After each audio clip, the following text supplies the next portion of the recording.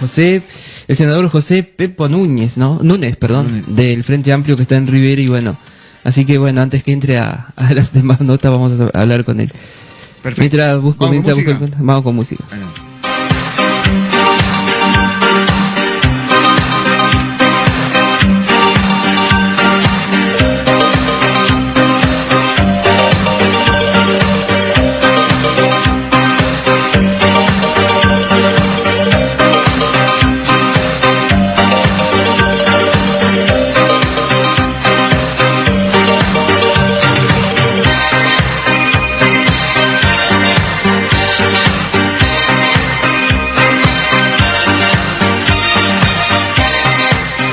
Bien, ahora sí, ya estamos en línea con el senador José Pepo Núñez del Frente Amplio que estaba visitando Rivera en esta jornada. Está en la ciudad de Rivera y bueno, nuestro contacto es telefónico y bueno, antes que nada, buenos días, el gusto de recibirlo en esta mañana de viernes que nos contaba que por ahí también está muy lindo, ¿no? Con el sol a pleno.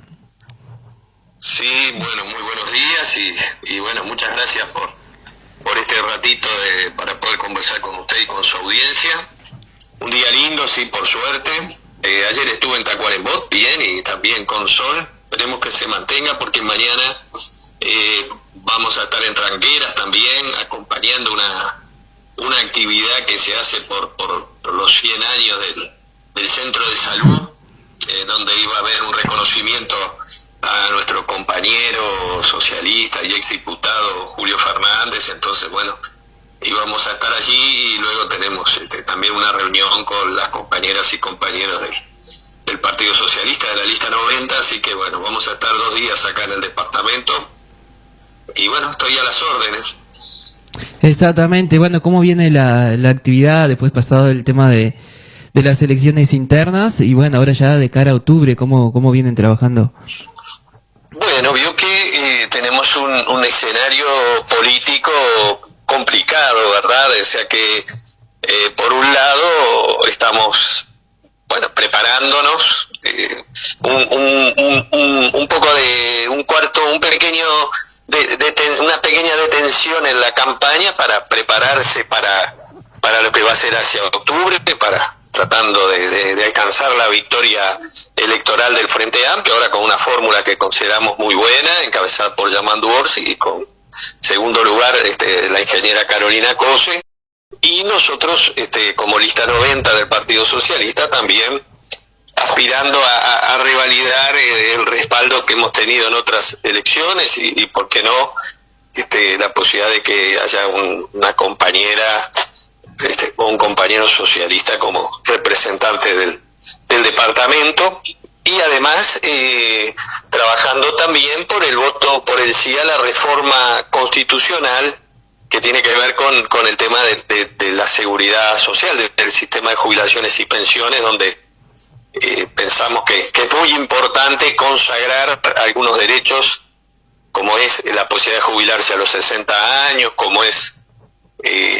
que la jubilación, que nadie cobre por jubilación o por pensión menos de un salario mínimo nacional, o terminar con este sistema de la SAFAP que hace que por cada 100 pesos que nosotros destinamos a la FAP, en realidad la FAP se queda con 20 y nosotros solamente tenemos van 80, ¿verdad? Y resulta que luego la jubilación que percibimos por ese sistema es sumamente baja, digamos, ¿no? Entonces, son 2 cosas, ¿verdad? O varias cosas que aspiramos.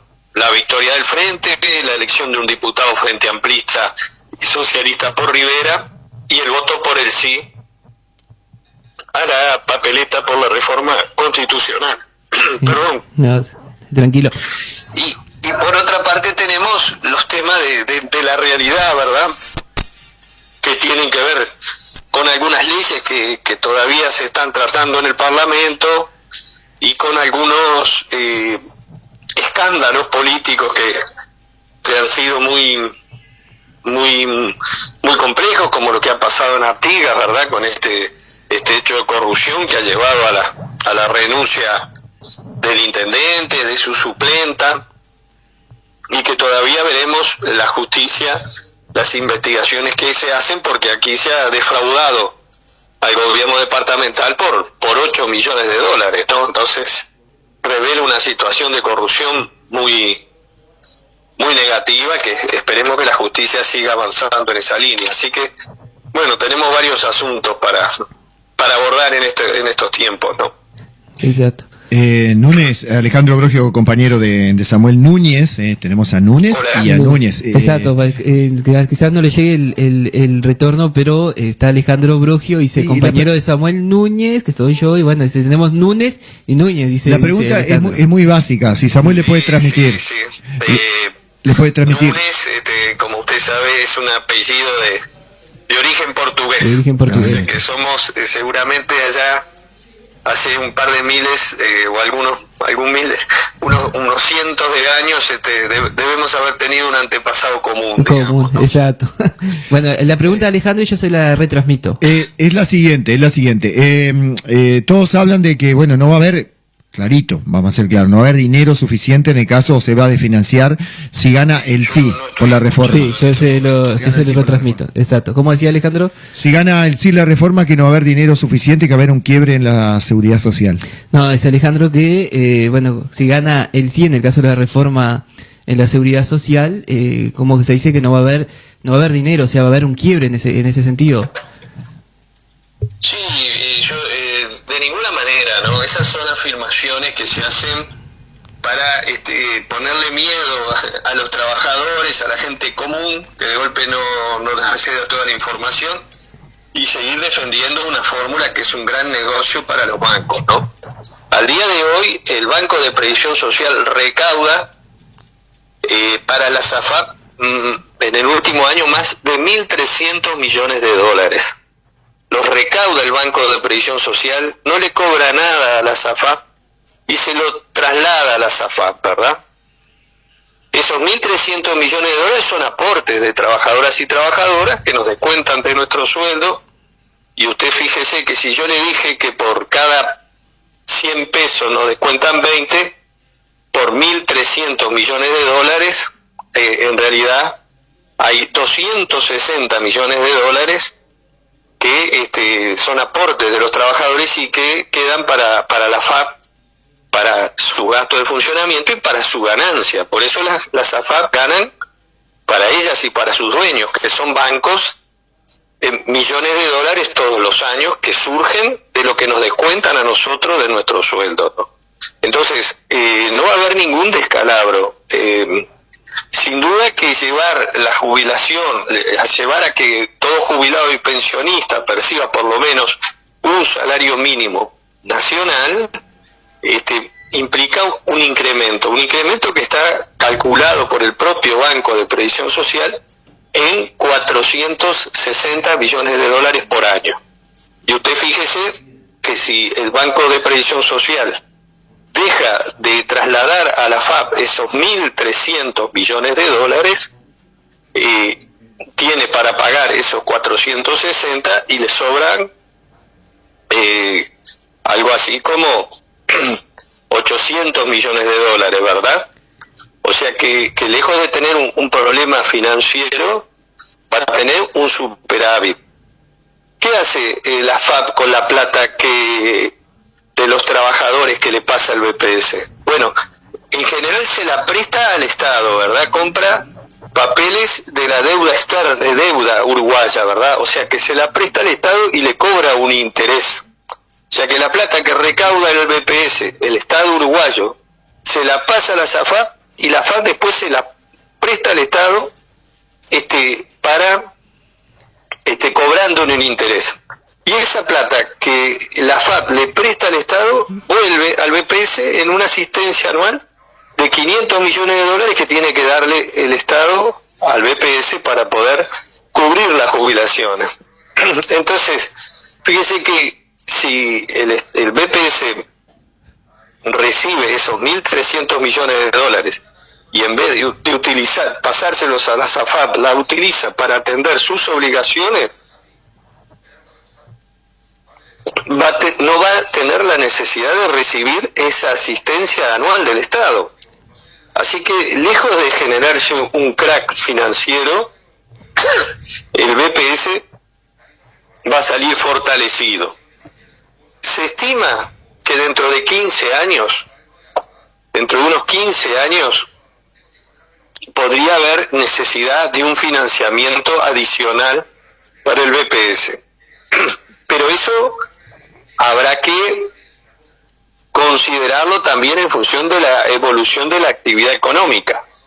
Por lo tanto, si se aprueba la reforma, no va a haber ningún crack económico, por el contrario, va a mejorar la condición jubilatoria de todas las uruguayas y los uruguayos, que además esa plata que van a cobrar de jubilación la van a gastar en los almacenes, eventualmente en actividades recreativas, en mejorar su vivienda, en atender algunas necesidades de salud que tienen, en ayudar a su familia también, porque sabemos que muchos jubilados y pensionistas ayudan a sus nietos, a sus hijos.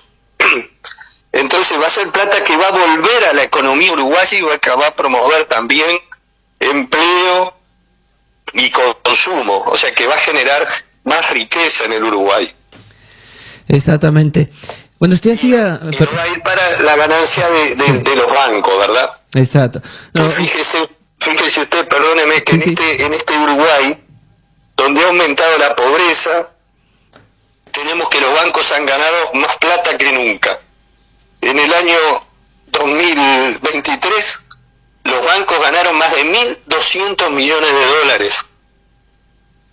O sea, el año de más ganancia para los bancos en toda su historia desde que se lleva registro.